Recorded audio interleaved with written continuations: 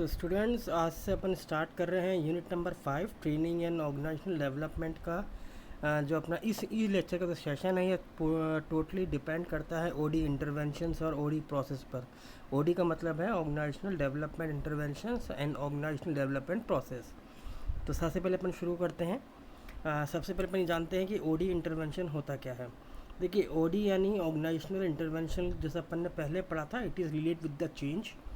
तो इसके अंदर क्या है, कुछ स्ट्रक्चर एक्टिविटीज़ होती हैं जो कि सिलेक्ट की जाती हैं किसी भी टास्क को कंप्लीट करने के लिए, या फिर किसी भी टास्क को कंप्लीट करने के लिए क्या सीक्वेंस रहेगा जहाँ पे आप अपने ऑर्गेनाइजेशनल अपने गोल्स को अचीव कर सके और साथ साथ अपने अंदर इम्प्रूवमेंट और चेंजेस भी लाती रहे।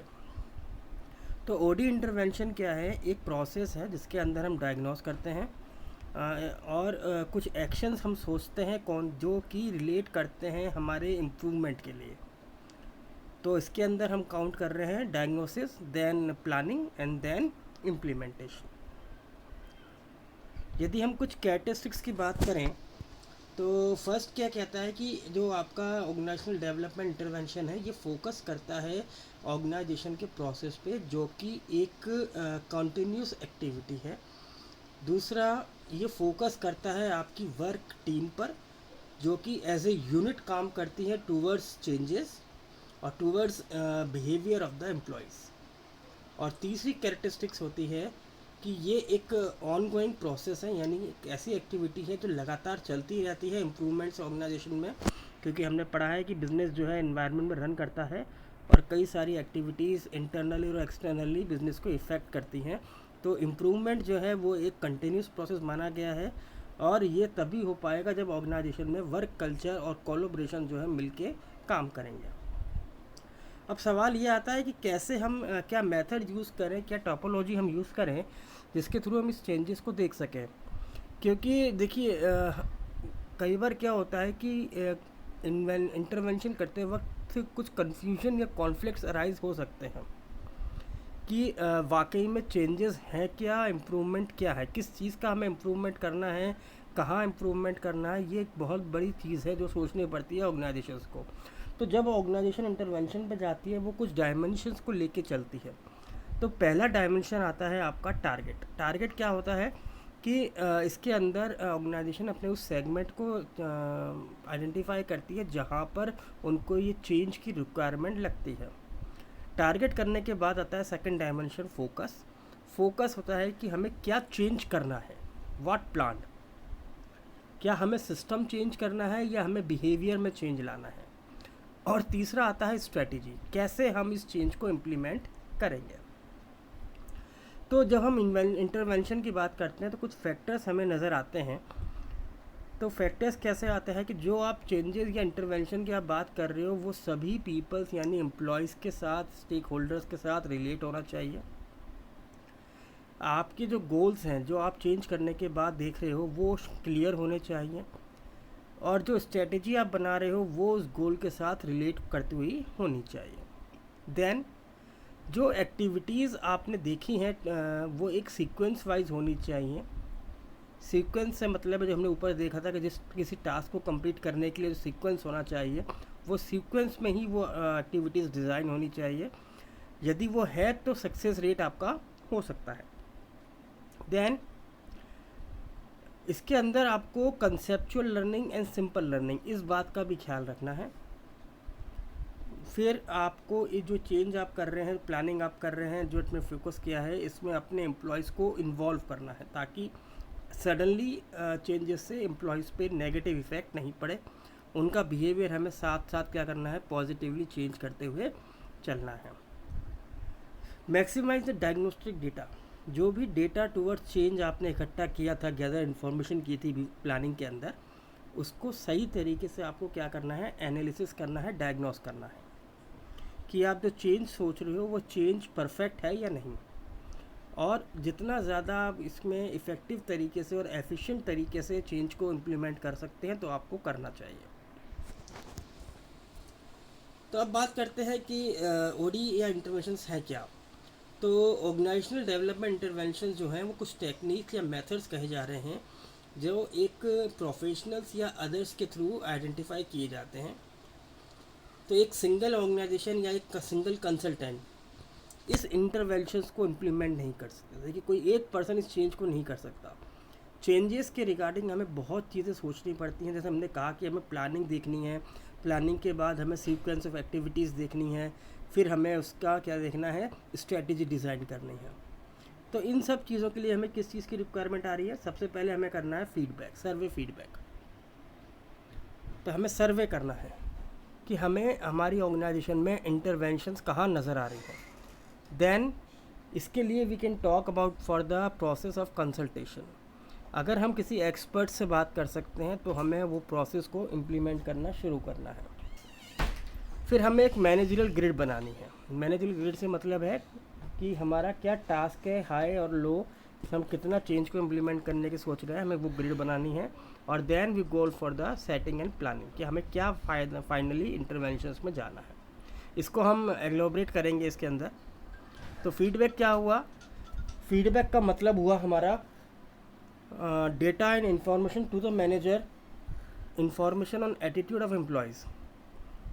आपके मैनेजर्स के पास क्या इन्फॉर्मेशन है, एम्प्लॉयज़ का क्या बिहेवियर है, क्या उनका वेज लेवल है, क्या स्ट्रक्चर्स हैं, कितने आवर्स वो वर्किंग कर रहे हैं, क्या वर्किंग कंडीशंस हैं, वर्किंग कंडीशन के रिगार्डिंग कैसे रिलेशंस हैं उनके, रिज़ल्ट को कैसे हम इम्प्लीमेंट या कर सकते हैं विद द टीम, डेटा को हमें कैसे एनालाइज करना है, क्या प्रॉब्लम हमें फाइंड आउट नज़र आती है, कैसे हम प्रॉब्लम को इवेल्युएट करके उसका सॉल्यूशन फाइंड आउट कर सकते हैं, टीम्स के अंदर हम काम कर रहे हैं या कौन कौन लोग टीम्स में काम कर सकते हैं, हायरार्की क्या है, रैंकिंग सिस्टम क्या है। तो ये सारी चीज़ें हमें क्या करना है, सर्वे के through first we have to gather the information लेने के बाद क्वेश्चन आता है आपका प्रोसेस कंसल्टेंट्स।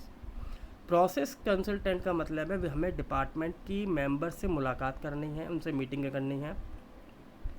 जो आपकी चेंज के अंदर जो टीम या एम्प्लॉयज़ काम करेंगे, एक बार उनसे आप मीटिंग करिए, उनसे इंटरेक्शन करिए, उनसे वाकई में बात करिए कि क्या ये प्रॉब्लम उनको भी नज़र आ रही है और इसको चेंज की रिक्वायरमेंट है, इम्प्रूवमेंट की रिक्वायरमेंट है। फिर आप सॉल्विंग प्रोसीजर्स जा सकते हैं, यानी कि अगर आप इसके लिए कुछ ब्रेन स्टॉर्मिंग सेशन के थ्रू प्रॉब्लम के जो सॉल्यूशन है उसका आइडेंटिफिकेशन करना चाहे तो कर सकते हैं। देन आता है आपका गोल सेटिंग एंड प्लानिंग। आपकी ऑर्गेनाइजेशन का हर एक डिवीज़न, उसको आप अपनी कंपनी के लोगों को गोल्स बताइए। हर डिपार्टमेंट को गोल बताना चाहिए कि हम इस इंटरवेंशन या इम्प्रूवमेंट या चेंज के थ्रू हम क्या अचीव करना चाहते हैं। और ये अगर आपका जो चेंज है यदि ये प्रॉफिटेबिलिटी के लिए है, यानी कि आप प्रॉफिट कमा सकते हैं, तो आप उनको वो भी बताइए, क्योंकि प्रॉफिट का मतलब है एम्प्लॉय की डेवलपमेंट। तो ये जो गोल्स हैं ये आप अपने टॉप लेवल मैनेजमेंट के साथ बात कर सकते हैं। उनको अगर लगता है कि विद डिविज़न्स की अगर कहीं कोई मॉडिफिकेशन की रिक्वायरमेंट है तो हमें मैनेजमेंट के साथ इन्वॉल्व होकर उस प्लानिंग के तहत उस चेंज में कुछ इम्प्रूवमेंट या मॉडिफिकेशन कर लेने चाहिए। अब जैसे हमने बात करी थी मैनेजरियल ग्रिड की, कि जो बिहेवियर हमने देखा है कि जो एम्प्लॉयज़ का बिहेवियर है वो कितने चीज़ों पे डिपेंड करता है। जैसे देखिए, हाउ प्रोडक्शन और सर्विस ओरिएंटेड, कि उस चेंज से आपका प्रोडक्शन और सर्विस जो है वो कितनी इफ़ेक्ट होगी। एम्प्लॉय जो आपका काम करने वाला है, आप उसके साथ इंटरेक्शन करके देख सकते हैं कि इस चेंज से उन पे क्या इफ़ेक्ट आएगा, उनकी वर्किंग पे क्या इफ़ेक्ट आएगा। तो इन्होंने क्या बताया कि it is also called a instrumental laboratory. ये एक उन्होंने कहा कि इसके अंदर हम एक लेबोरेटरी भी डिज़ाइन कर सकते हैं अंडर द मैनेजरियल ग्रेड, ताकि आप वहाँ पे इस चेंज को पहले टेस्ट करके देख लीजिए कि ये चेंज जो है वाकई में प्रॉफिटेबली के टर्म्स में काउंट होगा या नहीं होगा। तो यहाँ पे आप इसमें क्या कर सकते हैं कि आप उनको ग्रुप लेवल पे एक्सरसाइज दे सकते हैं और एक अवेयरनेस कैंपेन चला सकते हैं। हर एक इंडिविजुअल लेवल पे उसकी वर्किंग और ग्रुप लेवल पे वर्किंग, इसको भी आप उस लेबोरेटरी में टेस्ट कर सकते हैं। साथ साथ लेबोरेटरी के अंदर आप लोगों को ऑब्ज़र्व कर सकते हैं। फिर आता है आपका कि मेजर ओडी इंटरवेंशन कौन कौन से हैं। देखिए, ओडी जो आपका चेंज की हम बात कर रहे हैं, इसका मतलब है कि हम अपनी ऑर्गेनाइजेशन की परफॉर्मेंस और एम्प्लॉयज़ के साथ वेलबींग करना चाहते हैं, ऑर्गेनाइजेशन की परफॉर्मेंस को बढ़ाना चाह रहे हैं। तो जैसे एक रॉबिन्सन थे जो एक साइकोलॉजिस्ट थे और एक अच्छे प्रैक्टिशनर थे, उन्होंने बताया 1994 में कि ओडी जो होता है, ऑर्गेनाइजेशनल डेवलपमेंट इंटरवेंशन जो है, ये एक प्लान तरीके से किया जाता है, जैसे हमने ऊपर पढ़ा था। और इस प्लानिंग के लिए ज़रूरी है कि हम ह्यूमन और डेमोक्रेटिक वैल्यूज़, यानी एम्प्लॉयज़ के साथ साथ थोड़ा सा उनको हम रिलैक्सेशन भी दें और थोड़ा फ्री रखते हुए डिसीजंस को लिया जा सके, ऑर्गेनाइजेशन में इम्प्रूवमेंट लाया जा सके, ताकि आपके एम्प्लॉयज़ की परफॉर्मेंस भी इन्हेंस हो जाए। तो जो आपका ये जो इंटरवेंशन है, ये कुछ वैल्यूज़ पे डिपेंड है जो उन्होंने बताया, जैसे रेस्पेक्ट फॉर पीपल, एम्प्लॉयज़ का आप ख्याल रखिए, उनके बीच में मैनेजमेंट और एम्प्लॉयज़ के बीच में, मैनेजमेंट और मैनेजर्स के बीच में, एम्प्लॉयज़ और मैनेजर्स के बीच में ट्रस्ट, सपोर्ट, पावर और पार्टिसिपेशन, इन चीज़ों का हमें खास ध्यान रखना है जब हम इंटरवेंशन की बात करते हैं। तो उन्होंने कुछ बताया कि जैसे एक लार्ज स्केल इंटरवेंशन होता है, तो उन्होंने इंटरवेंशन भी कई तरह में डाल दिया, लार्ज स्केल, स्ट्रेटेजिक, टेक्नो, ये उन्होंने 3 बताए। तो लार्ज स्केल इंटरवेंशन क्या होता है? लार्ज स्केल इंटरवेंशन होता है जहाँ पे हम full size group of stakeholders और इनके साथ हम देखते हैं फ्यूचर में होने वाली प्लानिंग और उनमें होने वाले चेंजेस को। तो ये जो इंटरवेंशंस होते हैं जो कि फ्यूचर के रिगार्डिंग किए जा सकते हैं, ये एक मैनेजमेंट या टॉप लेवल बेस्ड इंटरवेंशंस होते हैं, जिसके अंदर टॉप लेवल मैनेजमेंट जो है वो बहुत पहले से आने वाले समय को एनालाइज करता है, सिचुएशंस को देखता है, प्लान करता है और इंटरवेंशन या अपकमिंग चेंजेस जो वो करेंगे अकॉर्डिंग टू द टाइम या हो पॉसिबल हो सकते हैं, उनका क्या आउटकम आएगा, उसका वो एनालाइज करते हैं। इसके साथ साथ पॉसिबल सिचुएशन को ध्यान में रखते हुए वो प्रॉब्लम्स का सॉल्यूशन भी अपने लोगों के साथ बैठ के डीलिंग करते हैं।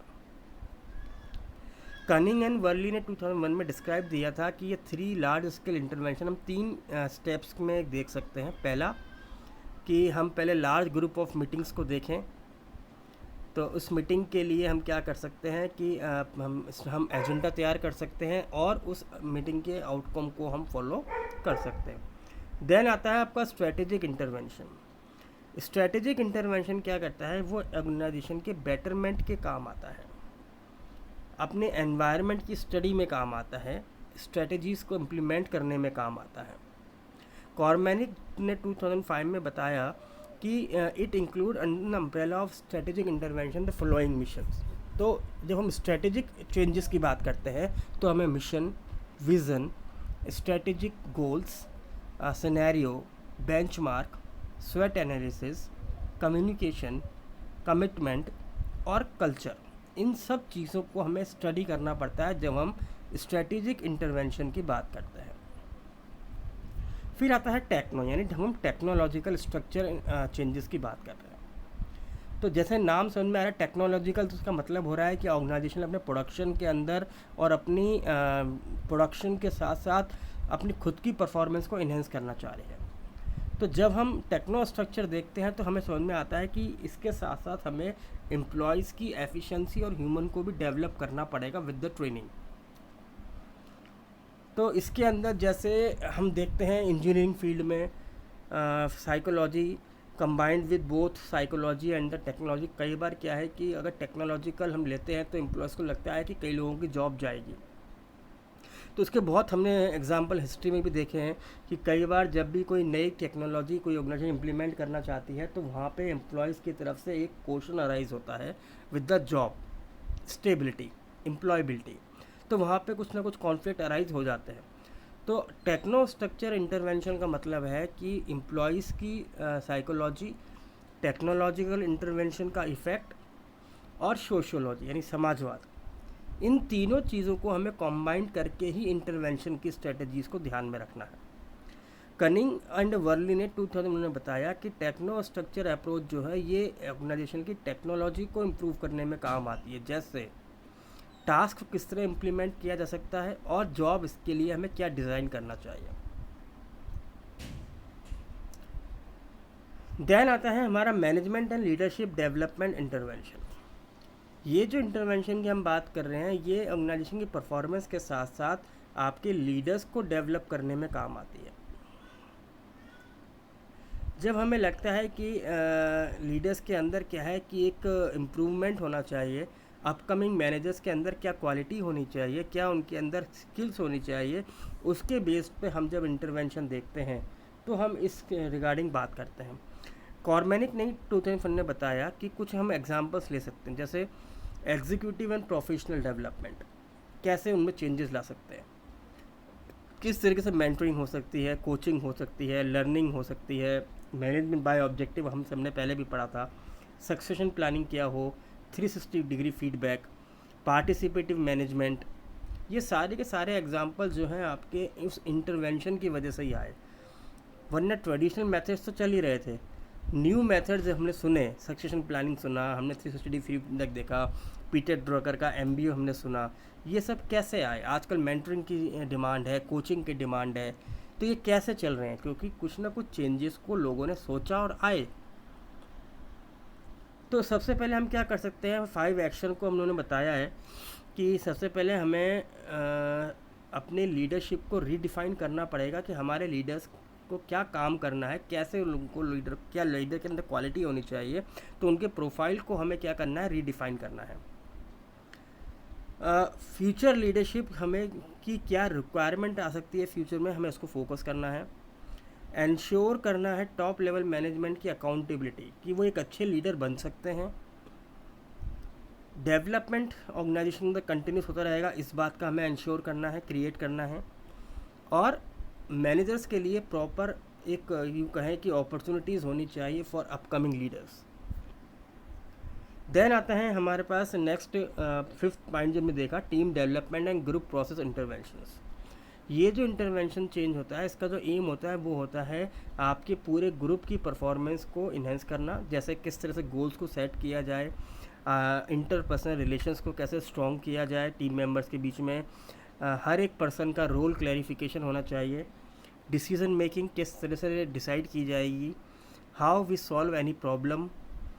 तो इन सब के रिगार्डिंग हम लोग इस इंटरवेंशन के अंदर स्टडी करते हैं। फिर आता है हमारा इंडिविजुअल और इंटरपर्सनल प्रोसेस। जो ये इंडिविजुअल और इंटरपर्सनल प्रोसेस इंटरवेंशन होता है, इसका जो एम है वो रखा गया है ऑर्गेनाइजेशनल की परफॉर्मेंस के साथ हर एक इंडिविजुअल की स्किल्स को डेवलप करना, ताकि हर पर्सन, हर एक सिंगल पर्सन एक किसी चेंज को इम्प्लीमेंट परफेक्टली कर सके, एग्जीक्यूट कर सके।